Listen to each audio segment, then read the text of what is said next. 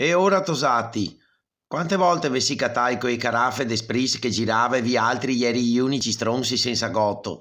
Con cove insegno a trasformare una bestia in un gotto da spris. Vardè. Uno, due, tre, campari cinar.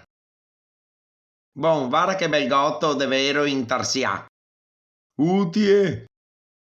Ora vi altri. Rinaldo, vuto provare ti? Campari cinar.